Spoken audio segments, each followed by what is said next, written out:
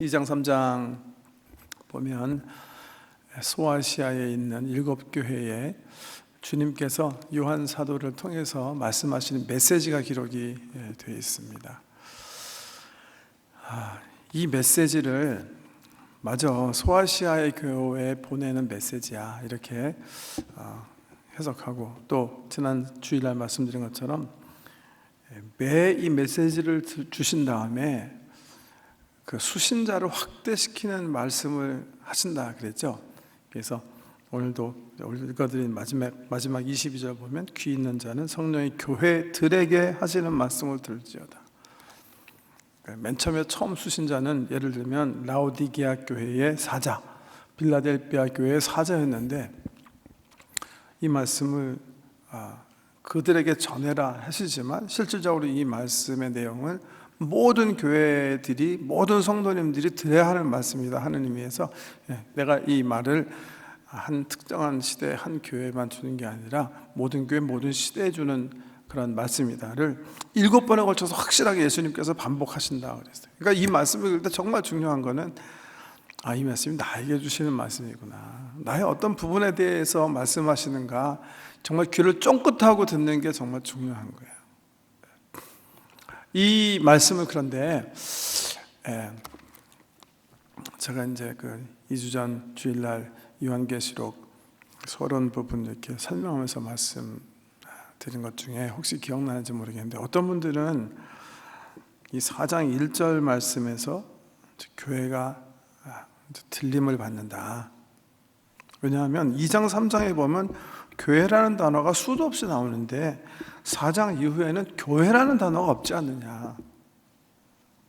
그러니까 교회는 벌써 4장 1절에서 들림받아서 올라가고 6장 이후에 나오는 환난 시대에는 교회는 이 땅에 있으면 안 된다.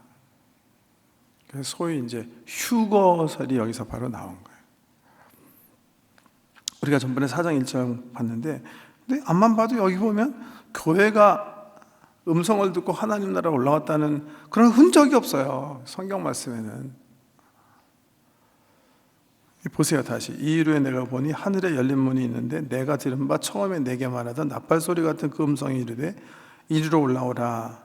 이후에 마땅히 일어날 일들을 내가 내게 보이리라. 이 일 후에 내가 보니 요한이 보니 내게 들은 바 처음에 내게 말하던 나팔소리 같은 그 음성이, 우리 예수님께서 이리로 올라오라. 그리고 2절에 보면 내가 곧 성령의 감동이 되어 이제 하늘 천상의 모습을 보는 건데요. 교회가 올라갔다는 흔적이 없는데 어떻게 했든 교회라는 단어가 4장 이후에 없으니까 올라간 거다. 그렇게 굳게 믿는 그런 교회들이 좀 있습니다. 어떻게 됐다.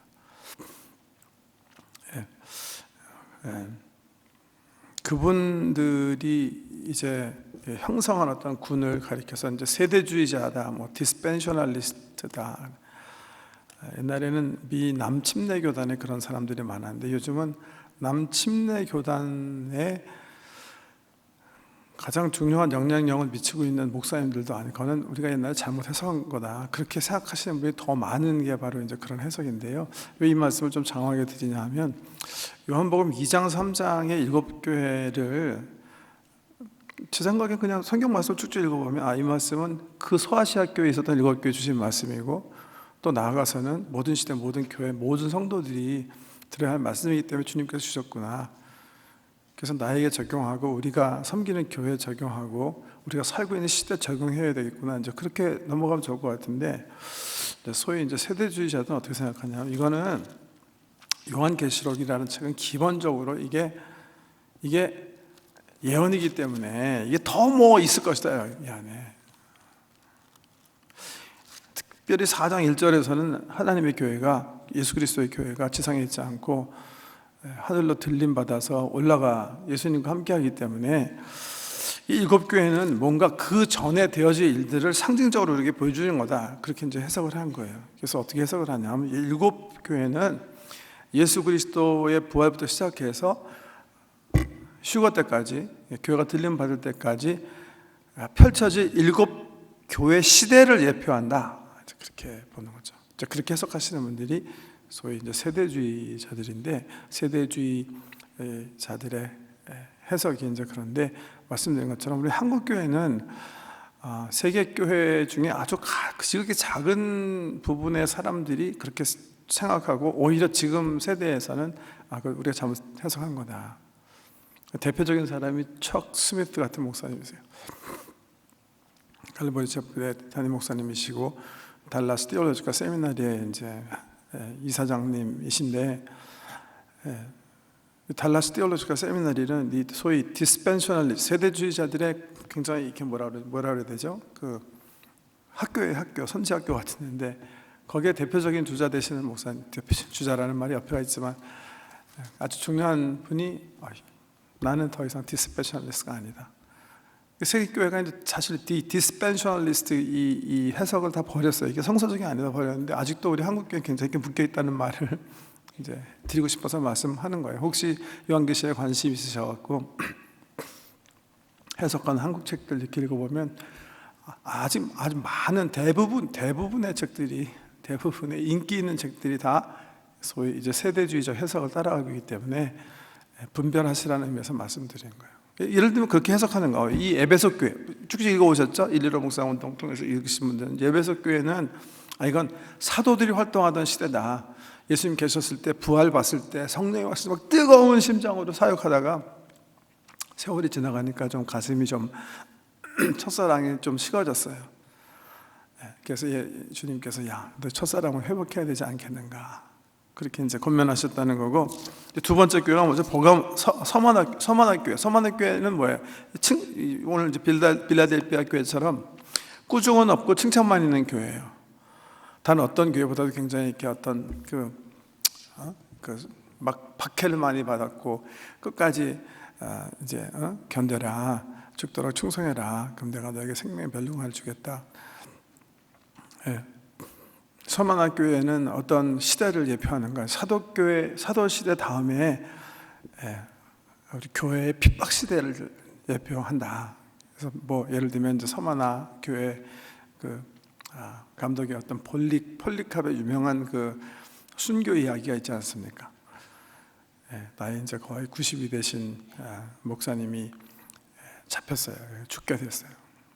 또 사람들이 그를 너무 아끼고 워낙 존경받는 인물이기 때문에 로마 관청에서 너 한 번만 그냥 예수님 부인하면 그냥 살려줄 테니까 그냥 몰래라도 좋으니까 우리한테 그냥 예수 안 믿는다고 얘기 좀 해라.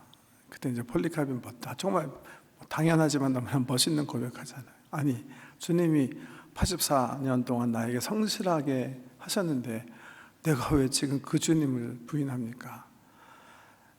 그 말하고 이제 폴리캅 그 서만학교의 목사님이 순교당하셨어요. 화형당하세요. 화형.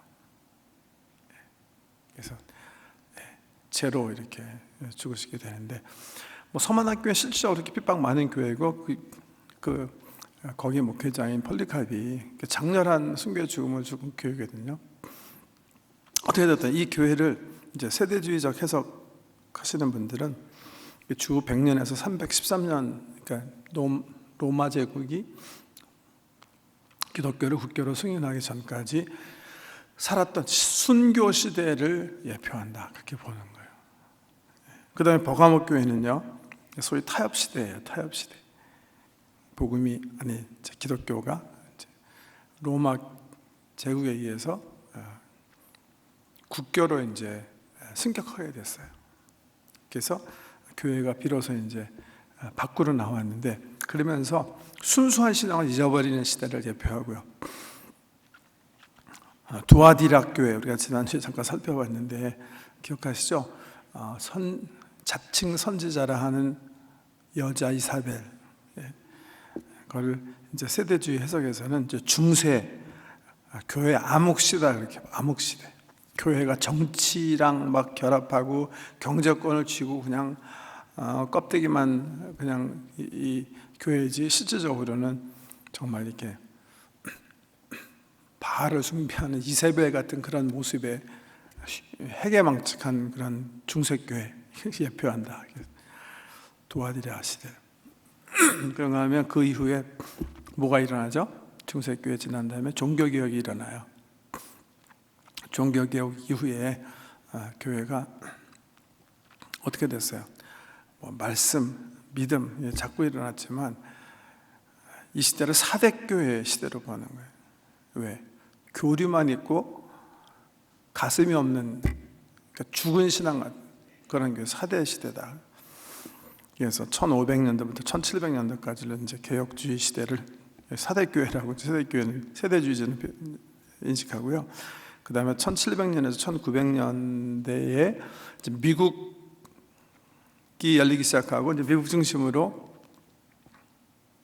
무슨 시대가 열렸죠? 이제 선교 시대가 열렸잖아요. 짐 켈리나 유럽에서부터 시작해서 우리 미국에 사실은 정복 시대죠. 정치적으로 보면 정복 시대인데, 그 정복하려는 배와 함께 이제 복음이 전 세계적으로 퍼지기 시작해서 선교 시대가 열리는데, 부흥 시대, 이걸 빌라델피아 교회 시대, 빌라델피아 교회가 예표하는 시대로 보는 거예요. 1700년, 1900. 그리고 1900년 이후부터 오늘 본문에 읽은 이제 주님 오실 때까지가 7번째 세대, 이제 라오디게아 시대다. 그래서 차지도 덥지도 않는 그런 뜨뜻미지근한 그런 이제 시대를 이제 주님 오실 때까지 교회가 살아가고 있다. 이렇게 세대주의자는 7개로 이렇게 나눠요. 굉장히 그럴듯하죠? 안 그럴듯하세요? 굉장히 그럴듯한데, 저는 어렸을 때 이거 들었을 때, 정말 이게 맞겠다, 굳건히 믿었는데, 역시 성경에 보면 그 해석을 지지할 수 있는 성경적 근거가 없어요. 굉장히 그럴듯은 하지만 어디에 그런 성경, 더군다나 글쎄 조금 이제 비평적으로 그런 해석을 좀 이렇게 비평한다면, 이거는 완전히 유럽과 미국 중심으로 역사 해석한 거예요. 지금 중국은 어디 갔어요? 중국은 그럼 여기는 없나요? 지금 중국은 얼마나 복음주의적 시대를 맞고 있지, 정말 이렇게 부흥 시대를 지금 맞고 있는 게 중국이에요, 여러분. 중국이 지금 교회가 엄청나게 부흥하거든요. 순수하고 뜨거운 신앙으로. 왜? 모태동이가 다 잡스러운 걸 다 없앤 상태에서 그냥 그리스도의 복음이 순수하게 전파되기 시작해서 교회들이 참 순수하고 열정적이고 뜨겁고 그냥 선교지향적이고, 요즘 중국 교회 가면 신나요. 그분들이 중동 성경을 우리가 한다, 생명을 불사하면서 우리는 백투 예루살렘 선교를 우리가 하겠다. 중국은 그럼 여기 빠진 건가요? 이런 특별한 해석들은 어떤 자기의 관점에서 자기의 어떤 환경을 이렇게 성경에 대입한 어떤 적용 정도로 봐야지, 이걸 절대화해서는 안 된다는 거예요. 좋아요. 그렇게 생각해서 우리가 정말 뜨뜻미지근한 시대에 뜨뜻미지근한 교회를 하고 있으니까 반성해야 되겠다, 그런 교훈까지는 좋은데, 그런 해석을 절대화하거나 그러면 안 되겠다, 그런 말씀을 더 드리고 싶어요. 말씀드린 것처럼 일반 서점에 파퓰러하게 판매되거나 특별히 재림, 휴거 나왔다 하면 거의 아직도 굉장히 세계교회의 아주 작은 부류 분들이 주장하고 계시는 이 세대주의적 해석이 너무 많기 때문에, 역시 이제 많이 그런 것들을 들으셨을 거라 생각하고 이제 말씀을 드려요. 성경을 보면, 성경은 그냥 이 성경 내용 그대로 보면 주님이 소아시아에 주는 메시지다 그렇게 얘기하신 다음에, 아주 중요한 메시지가 뭐라고 그랬어요? 귀 있는 자는 성령의 교회들에게 하시는 말씀을 들을지어다. 너희 모든 사람에게 내가 얘기하는 거다. 그렇게 분명히 얘기하시는 거예요. 그러니까 이건 우리는 지금 20세기 살고 있기 때문에 라오디게아 교회 이것만 들으면 된다, 그런 이상 야릇한 해석을 하면 안 된다는 거죠. 오케이. 그런 관점에서 오늘 빌라델피아 교회와 라오디게아 교회에 주신 말씀을 살펴보겠습니다. 성경 보세요. 7절, 3장 7절. 빌라델피아 교회 사자에게 편지하라. 거룩하고 진실하사 다윗의 열쇠를 가지신 이, 곧 열면 닫을 사람이 없고 닫으면 열 사람이 없는 그가 이르시되. 우리 예수님을 표현하면서 예수님께서 나는 다윗의 열쇠를 가진 자다. 다윗 그러면 뭘 얘기하는 거예요? 구약에서 약속한 다윗의 혈통에서 하나님께서 메시아를 주시기로 약속하셨으니까 그 혈통을 주님께서 말씀하시는 게 되겠고, 열쇠를 가지셨다. 이게 어떤 의미일까요? 뭔가 굉장히 좋은 곳에 들어갈 수 있는 권세를 우리 주님이 주고 계시다, 그런 거 아니겠습니까? 하늘문 얘기하겠죠. 또 뭐 빌라델피아 교회 같은 선교에 대해서 많이 얘기한다면 선교의 문이다 이렇게도 볼 수가 있는데, 제 생각에는 복음에 입각해서 이 열쇠는 구원의 문에 들어가는 열쇠일 거예요. 구원과 생명이 우리 주님 손에 있다는 그런 말씀이겠고요. 8절, 볼지어다 내가 내 앞에 열림을 두었을 때 능히 닫을 사람이 없으리라. 내가 내 행위를 아노니 내가 작은 능력을 가지고도 내 말을 지키며 내 이름을 배반하지 않으였더라. 저는 이 말이 굉장히 중요한 말이라고 생각하고, 이 빌라델피아 교회에 향하신 메시지 가운데 굉장히 중요한 어떤 우리의 묵상의 부분이다. 이 빌라델피아 교회는 말씀드린 것처럼 서만학교회와 마찬가지로 다른 교회들은 다 책망하는 말이 있는데, 이 교회는 책망을 듣지 않아요. 칭찬만 들어요. 굉장히 좋은 건데 왜 칭찬받았나 보세요. 능력은 작지만 그 작은 능력 가지고 내 말을 지키면 내 이름을 배반하지 아니하였도다.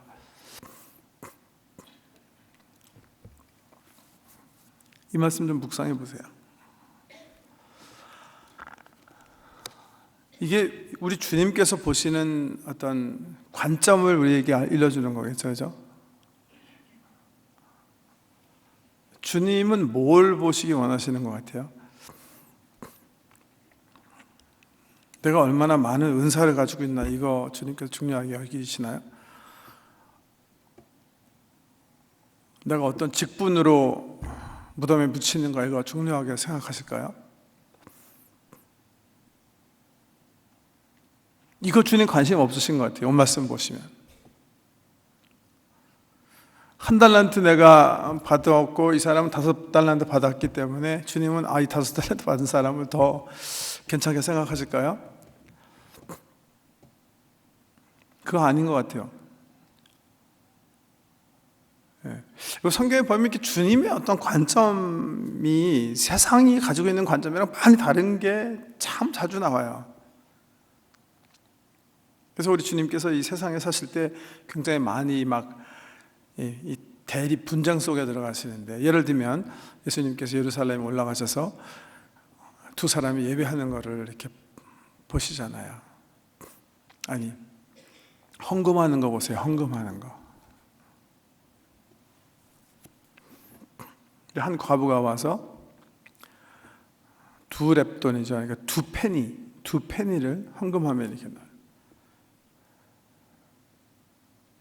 근데 우리 주님이 그걸 보시면 세상 사람의 관점에서 이게 무슨 하나님께 헌금하는데 이게 2센트가 뭐야? 그렇게 할 수 있는데 우리 주님은 그렇게 생각하지 않으셨어요. 우리 주님은 그 과부의 두 렙돈을 바리새인들이 왕창 갖다 넣는 그거보다 더 귀하게 보세요. 그러면서 뭐라고 그러셨냐면, 지금 이 자매는 자기의 모든 것을 넣었다. 이 사람의 가슴, 이 사람의 중심까지, 전 재산이라는 의미도 있겠습니다만 워낙 가난한 사람이라 주님 보시는 건 뭔가 다른 것 같아요. 근데 이 빌라델피아 교회가 작은 능력이 뭘 의미하는지 잘 모르겠어요. 제가 생각하기에는 아마 이 교회는 다른 교회보다 작은 교회였던 것 같아요. 숫자적으로 굉장히 조그맸던 교회 같아요. 우리가 얘기한 소위 말하는 대형 교회는 아니었던 것 같아요. 대형 교회는 큰 일들 많이 할 수 있잖아요. 고아원도 10개씩 도와줄 수도 있고, 선교사도 엄청나게 파송할 수 있고, 그런 교회는 아니었던 것 같아요. 그죠? 더군다나 지형적으로 보면, 여러분, 터키 이게 동남쪽인데, 서남쪽인데요. 터키 그러면 지형적으로 보면 어떤 문제가 있죠? 지진이 많이 일어나잖아요. 몇 해 전에도 이스탄불에 큰 지진을 하고 엄청나게 큰 사고가 터지고 그러는데, 특별히 이 빌라델피아는 지진이 아주 많이 일어나는 지역이, 지진이 피해가지 않는 지역으로 그로 유명한 게 빌라델피아 교회. 그래서 빌라델피아는 이 짓다가 무너지고 짓다가 무너지는 그런 경험을 굉장히 많이 했다는데요. 그래서 아마 이 교회는 다른 어떤 교회보다도 이렇게 잘 살지 못하는, 또 부유하지 못한, 어려운 문제가 많은 그런, 환경적으로 보면 굉장히 막 어려운 그런 교회였을지 몰라요. 근데 작은 능력인데, 근데 뭘 어떻게 했다고요? 두 가지 주님이 얘기하세요. 내 말을 내가 지켰다. 작은 능력을 가지고서는 내가 내 말을 지켰다. 그리고 내 이름을 배반하지 않았다. 이거 주님 중요하게 생각하시는 거예요. 이 주님의 관점, 그러니까 주님의 관점에서 우리가 우리 삶을 살펴야 돼요. 예를 들면, 오늘 촌장님도 나와 계신데, 저는 이 본하님교 담임 목사잖아요. 성도님도 촌장이에요. 주님 보셨을 때 그렇게 중요하지 않아요. 저는 우리 500-600명 성도님들 섬기고 촌장님들은 30-40명 천원 섬기기 때문에 주님이 한석현이가 더 굉장히 이게 크다. No. 주님 그 관심 없으세요. 주님 관심 있으신 건 뭘까요? 신실했나예요. 내가 내 중심으로 주님의 나라를 내가 섬겼는 거가 중요한 거예요. 내가 5달란트를 받았던, 1달란트를 받았던, 2달란트를 받았던, 그거 중요하지 않아요, 사실은. 그건 주님이 알아서 맡기시는 거예요. 그 5달란트를 가지고 내가 충성을 다했나, 이건 중요한 거예요. 근데 빌라델피아 교회는 연약했기 때문에 하나님께서 많이 맡기지 않으신 것 같아요. 그럼에도 불구하고 빌라델피아 교회는 주님이 뭐라 그러시냐면, 너희는 예루살렘 성전의 2 기둥 같다. 보아스와 야긴 같은. 그러니까 성전을 어떤 하나님의 나라를 상징한다고 보면 그 하나님의 나라를 떠받치는 기둥이라는 거예요, 너희가. 왜? 작지만 신실하기 때문에. 신실한 그런 교회였기 때문에, 성실한 성도이기 때문에.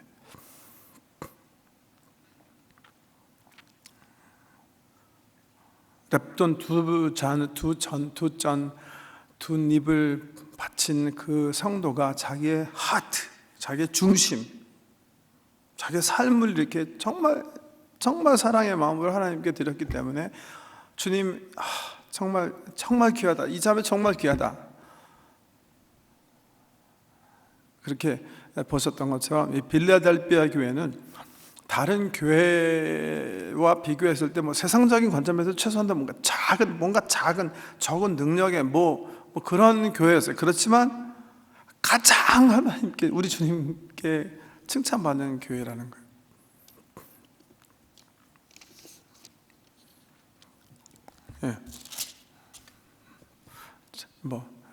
라우디게아 교회 한번 보세요. 이 교회는 이 빌라델피아 교회랑 또 정말 정반대예요. 이것도 역시 저는 주님이 보시는 시각을 우리가 정말 이렇게 잘 이렇게 좀 살펴봐야 되는 그런 말씀으로 저는 이번에 읽으면서는 그런 마음이 더 들어오던데요. 라우디게아는요, 이게 또 반대로 빌라델피아는 지진이 많이 일어나서 굉장히 경제적으로 힘든 그런 지역이거든요. 자꾸 무너져가지고. 근데 라우디게아는 반대로 여기는 안약도 굉장히 유명하고, 그 다음에 뭐지? 하나죠.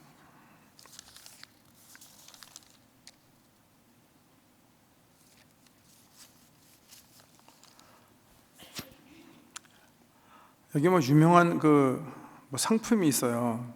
지금 잘 기억이 나지가 않는데, 양모. 양모를 엄청나게 질 좋은 양모를 많이 생산해서 그래서 지금도 터키 가시면 사람들이 거기서 이렇게 카시미어가 유명하죠. 카시미어. 지금도 유명해요. 지금도. 그래서 터키 여행하시는 분들은 소아시아 성지순례 가시면 주로 그런 캐시미어 이런 것들을 많이 사시던데, 옛날부터 그랬는데 그 지역 중에 제일 유명한 게 라오디게예요. 양모, 안약 이런 것들이 좋은 것들을 생산해서 굉장히 부유하게 사셨단 말이죠. 그래서 빌라델피아 교회가 환경적으로 굉장히 눌린 데 비해서 소문학교도 마찬가지. 라오디게아는 부자예요.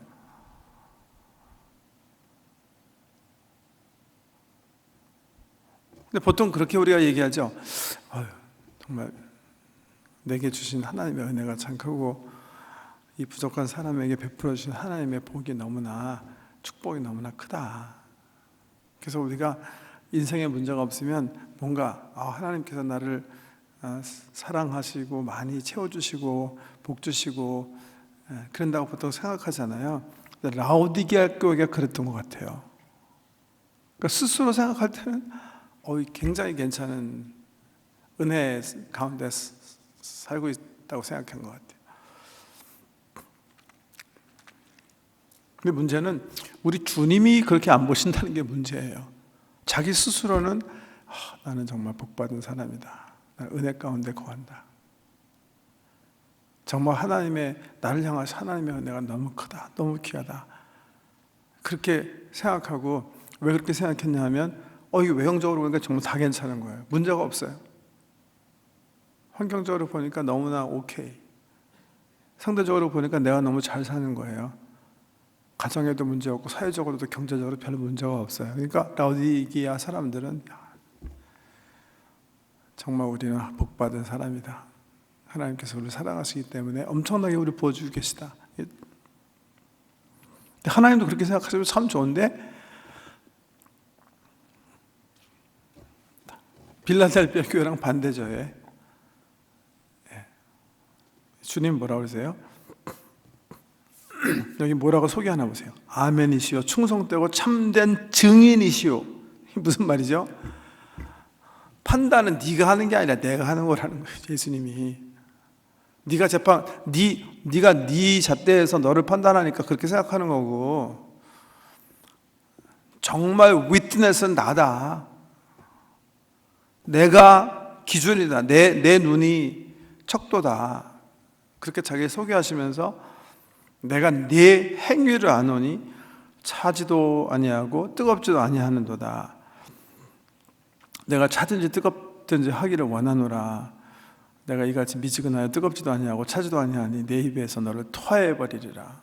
내가 말하기를 나는 부자라, 부유하여 부족한 것이 없다 하나 내 공고한 것과 가련한 것과 가난한 것과 눈먼 것과 벌거벗은 것을 알지 못하는도다. 내가 너를 권하노니 내게서 불로 연단한 금을 사서 부유하게 하고 흰옷을 사서 입어 벌거벗은 수치를 보이지 않게 하고 안약을 사서 눈에 발라 보게 하라.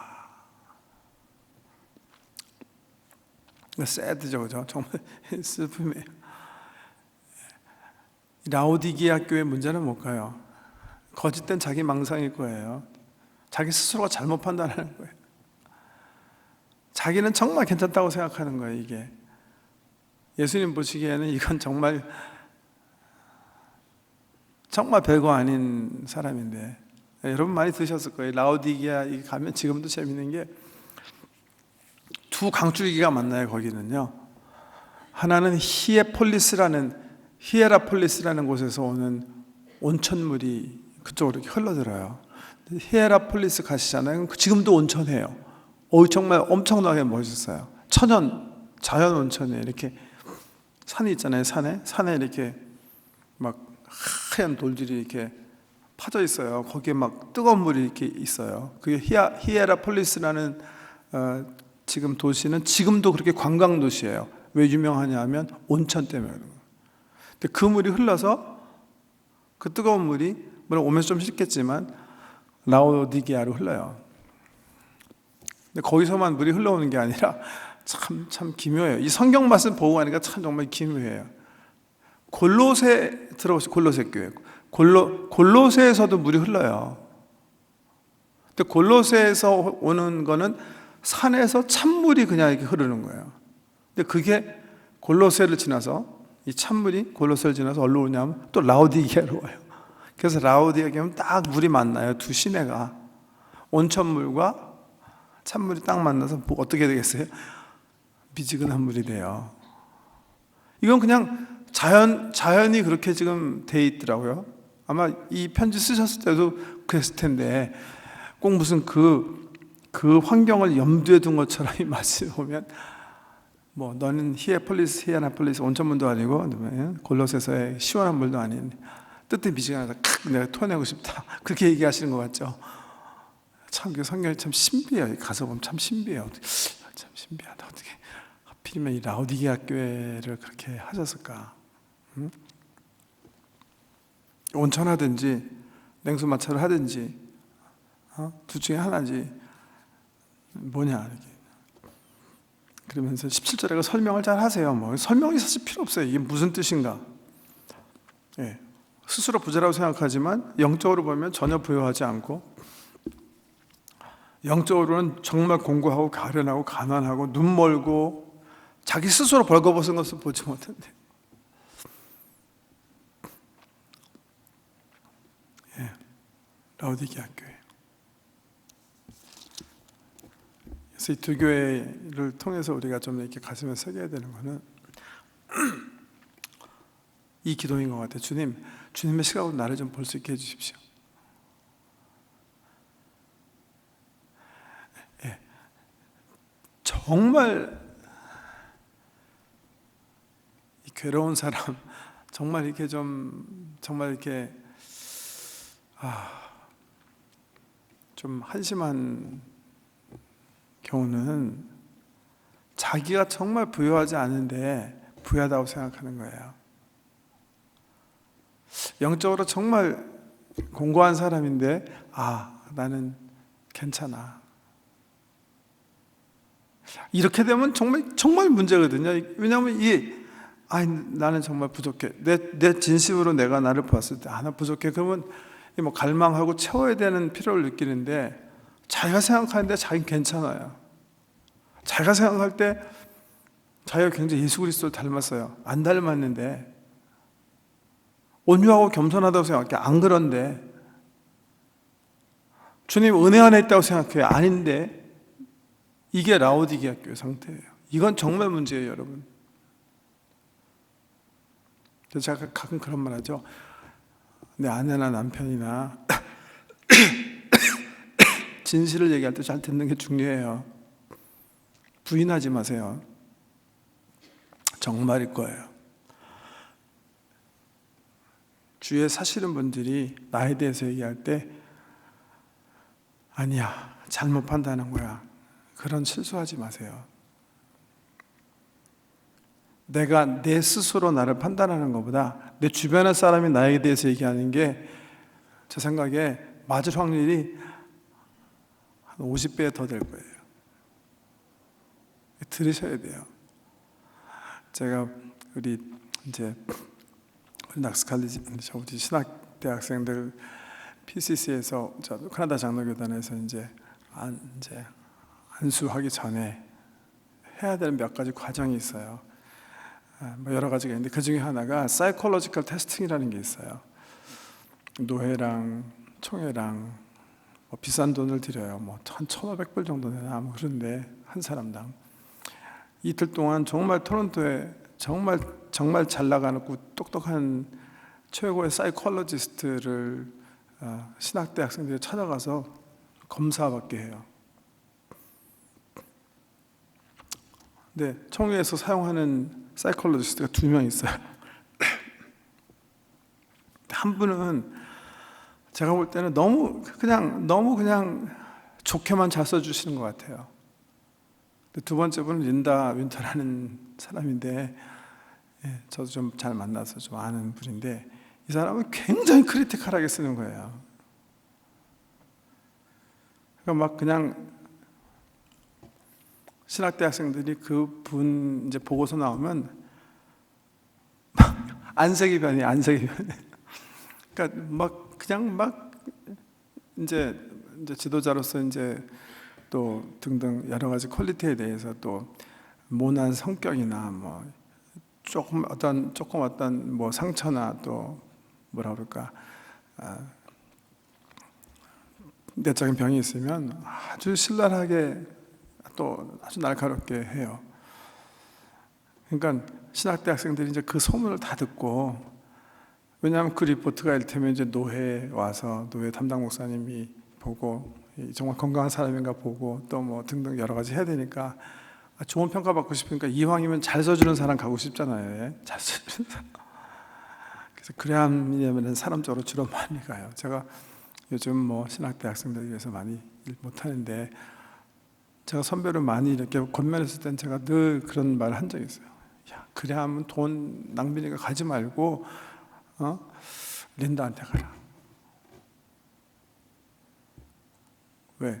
싫은 소리지만 확실하게 해주는 거를 들을 수 있는 기회가 사실 많지 않거든요.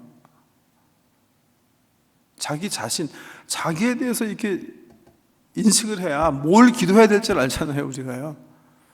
어떨 땐 뭘 기도해야 될 줄 모르거든요.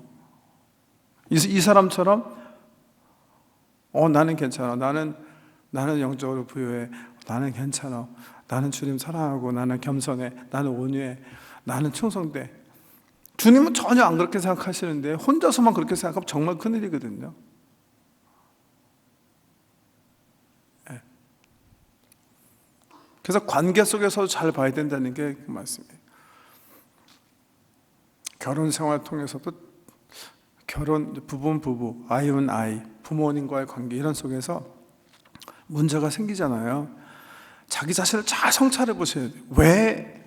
이게 저 사람 문제다. 이렇게 생각하지 말고 왜 나는 이 문제를 지금 경험하고 있는가? 자기 발견의 기회를 삼으셔야 되는 거예요. 자기 발견의 기회.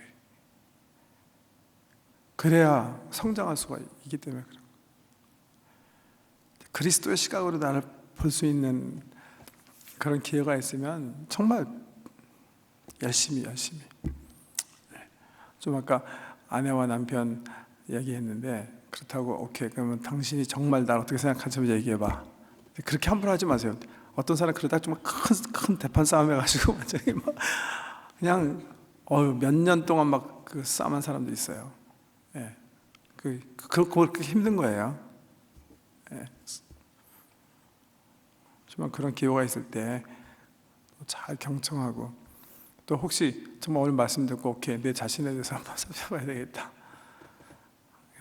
얘기하실 분들은 남편 아내 정말 기도하시고 잘 얘기하고 잘 듣고 어떤 부분이 내가 정말 영적으로나 정신적으로나 정서적으로나 부족한지 인격적으로 부족한지 한번 살펴보시는 게 굉장히 중요한 거예요. 오케이 여기까지 하고요. 네, 저는요 이 계시록 2장 3장 읽을 때마다 지금 너무 부정적인 경험 많이 해서 긍정적으로 끝나려고요. 정말 감사해요. 왜 감사해요? 우리 지난주에 보셨던 것처럼 우리 예수님이요 첫째 이 일곱 촛대 사이에 딱 계시잖아요. 우리와 함께 계신 거예요. 이게 얼마나 감격입니까 여러분? 정말 시편 기자가 얘기한 것처럼 우리 인생이 무엇이간데 우리 주님이 그 높은 보좌 버리시고 우리와 지금 함께 계세요. 그리고 이 말씀 보세요. 얼마나 우리에게 관심을 가지고 계십니까? 얼마나 큰 기대를 가지고 계세요. 애들의 마음대로 살아라. 예수님 그게 아니신 거예요. 한 교회 한 교회, 한 성도 한 성도 정말 주님이 정말 거룩한 신부로 이렇게 막 꾸미시기 원하시는 거예요. 그런 간절한 소망, 기대를 가지시고 얘기하시는 거예요. 보세요. 좀 아까 우리 라오디게아 교회에 대한 메시지. 야, 안약 사서 좀 발라라. 버거벗은 거 좀 봐라. 눈 뜨고 봐라. 왜 네가 너를 보지 못하고 너 스스로 잘났다고 생각하고 네 스스로 영적으로 보여야 된다고 생각하냐? 왜 벌거벗은 걸 보지 못하느냐? 확 정말 토해 내치고 싶어. 너 정말 내가 막 기억질 나. 이렇게 얘기하셨잖아요. 그래서 거기서 끝났으면 이게 정말 큰일이죠. 주님 뭐라고 하세요? 19절에 보세요. 이게 사랑의 고백이에요. 사대교회도 마찬가지고 결국 주님은 사랑으로 우리를 말씀하시, 우리 사랑으로 지금 책망하시는 거예요. 그래서 19절에 보면 무릇 내가 사랑하는 자를 책망하여 징계하노니 그러므로 내가 열심을 내라, 회개해라. 주님 원하시는 거는 우리 뭐 비난하거나 깎아 눌러갖고 밟아 없애버리거나 그게 아니신 거예요. 사랑하시기 때문에 우리로 하여금 정말 거룩한 신부 되게 원하시기 때문에 안타까운 마음으로 권면하시고 관심을 가지시고 우리에게 다가오셔서 또 말씀하시고, 얘야 너 그렇게 하는 건 잘못된 건 모르느냐? 지금 돌이켜야 되지 않겠냐? 그러니까 우리 이 요한계시록 2장 3장은 정말 그 교회와 우리 성도와 예수님의 어떤 운명적인 그 결합, 관계를 이렇게 드러내주는 어떤 그런 웅변이에요, 웅변. 네. 주님이 그렇게 관심 가지시는 거예요. 지금 여기 계신 우리 성도님 한 분 한 분에게 지대한 관심을 가지고 계세요. 지대한 사랑을 가지고 함께 거하시기 원하는 거예요. 그 사랑으로 쓴 고백의 편지 같은 거예요. 사랑을 회복해달라. 모양만 나와 결혼했다고 하지 말고 정말 신부로 같이 살자. 내가 답답한 심정으로 세계를 향해서 나아간 것처럼 너희도 열정을 다시 회복하고 같이 나가자. 그러나 사랑의 초청 같은 그런 글이에요. 책망을 받은 교회나 칭찬을 받은 교회나 주님은 다 사랑하세요, 사실은요. 계속 이거 쓰시는 거예요. 지금 우리 가운데는 신앙생활 잘하시는 분도 계실 것이고 정말 내 스스로 판단할 때 난 라오디게아야, 나는 사대야, 나는 두아디라야 그렇게 생각하시는 분도 계실 거예요. 근데 중요한 거는요, 주님이 사랑하세요. 네, 필립 얀시가 그 책에서 고백했기 때문에 많은 분들이 인용하는 그런 어기지만